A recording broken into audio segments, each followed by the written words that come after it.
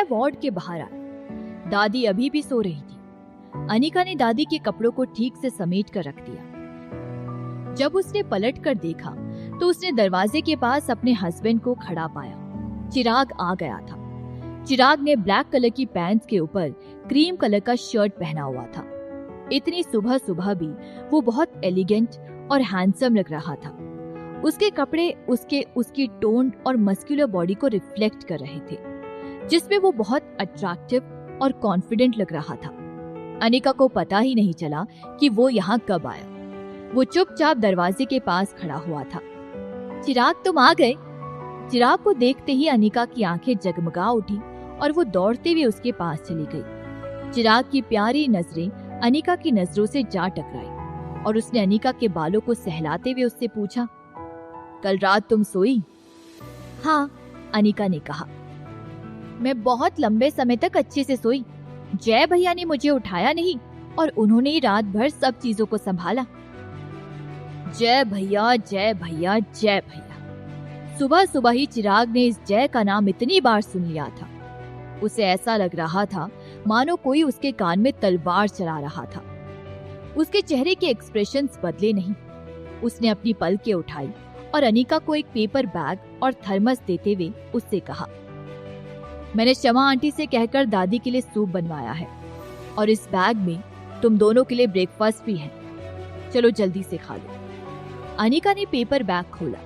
अनिका की favourite pastry के साथ साथ अंदर फ्रूट कस्टर्ड और सैलेड भी था, जो शमा आंटी हर रोज ब्रेकफास्ट में बनाती थी।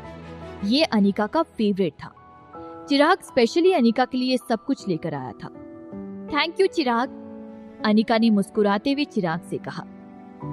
तुम सिर्फ अपनी बातों से मुझे थैंक यू कहा करो। चिराग हल्का सा नीचे झुका और उसके होठ अनिका के सामने रखते हुए किसकी डिमांड करने लगे। अनिका ब्लश करने लगी। सिर्फ एक रात के लिए ही तो वो दोनों एक दूसरे से दूर थे। वो ऑलरेडी कल के बाद से बहुत एम्बैरेस्ड फील कर रही थी। अचानक वो और भी ज्यादा शर्माने लगी और उसका दिल तेजी से धड़कने लगा। उनकी शादी को ऑलरेडी 6 महीने हो गए थे और अब उनके नए नए शादीशुदा होने की फीलिंग्स भी हल्की होने लगी थी, लेकिन वो फिर भी एक दूसरे के आसपास इतना लवी डवी बिहेव करते थे। अनिका ने दादी की ओर एक नजर देखा। वो अभी भी सो रही थी और इसीलिए वो हिम्मत जुटाकर चिराग को किस करने के लिए आगे बढ़ी। लेकिन इसके पहले कि वो चिराग को किस कर पाती, जय वहां आ गया और उसने कहा, तुम आ गए चिराग। अनिका अब और भी ज्यादा एम्बैरेस्ड फील कर रही थी। उसने चिराग को किस करने की हिम्मत भी नहीं की और अब वो पीछे भी नहीं हट पा रही थी और उसका चेहरा टमाटर की तरह लाल हुए रखा था।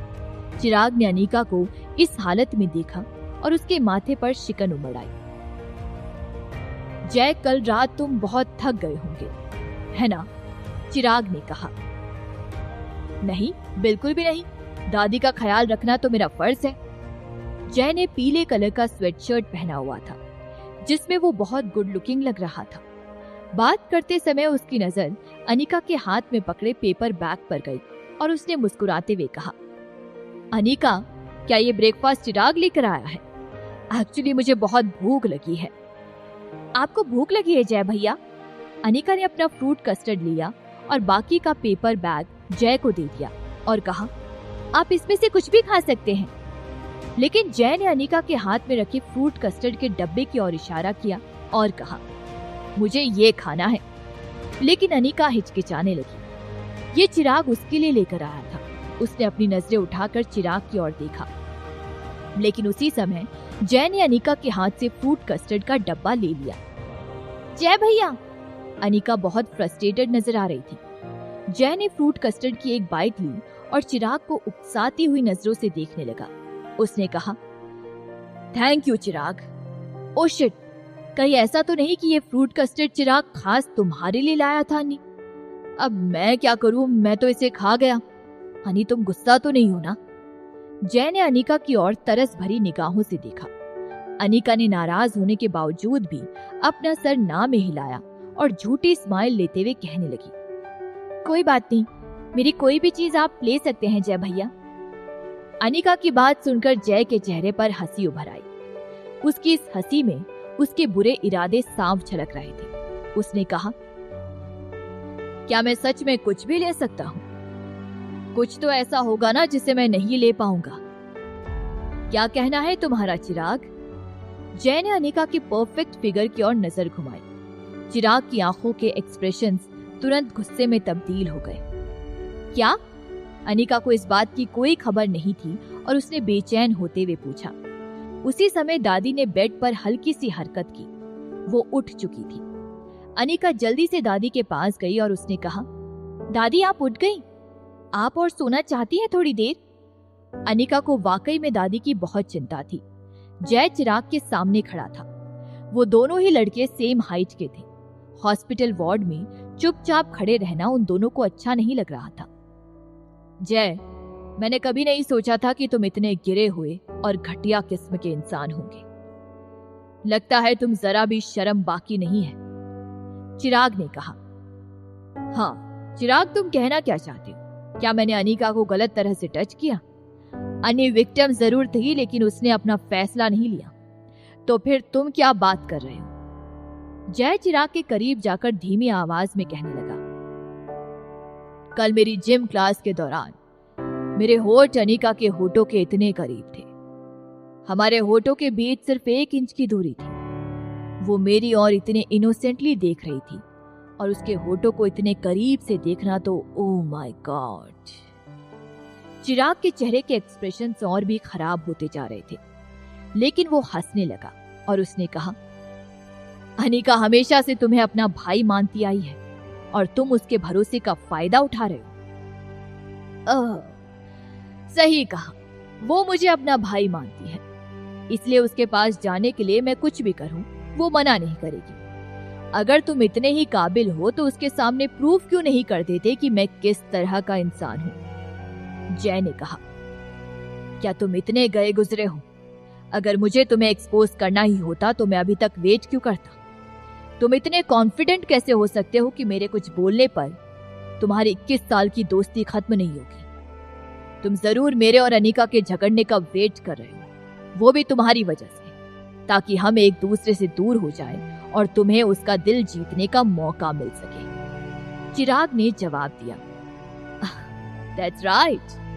We are both smart people. हम अच्छे से एक दूसरे की चाल को समझते हैं और इसीलिए अनिका का एटीट्यूड इन सब में सबसे ज्यादा मायने रखता है, जय ने कहा। चिराग ने अनिका की ओर देखा। उसकी आंखें शार्प और इंटेलिजेंट थी। उसने मुस्कुराते हुए कहा, अभी फिलहाल तुम्हें लग रहा है कि तुम जीत रहे हो, लेकिन आगे का क्या? मुझे उकसाने के लिए ये छोटे छोटे गेम्स खेलने के अलावा तुम कितने समय तक अनिका के भाई बनकर रहोगे? भाई होने के अलावा तुम और कर भी क्या सकते हो? एक बार अनिका को तुम्हारी फीलिंग्स के बारे में पता चल गया तो तुम्हें क्या लगता है वो तुम्हें एक्सेप्ट करेगी? अगर अनिका को तुमसे प्यार करना ही होता तो तुम्हारे 18 साल तक एक दूसरे के साथ रहने के बाद भी तुम नाकामयाब क्यों हुए? जय, शायद लगता है तुम्हें समझ नहीं आ रहा है, तुम और अनिका एक दूसरे के लिए बने ही नहीं हो, चिराग ने कहा।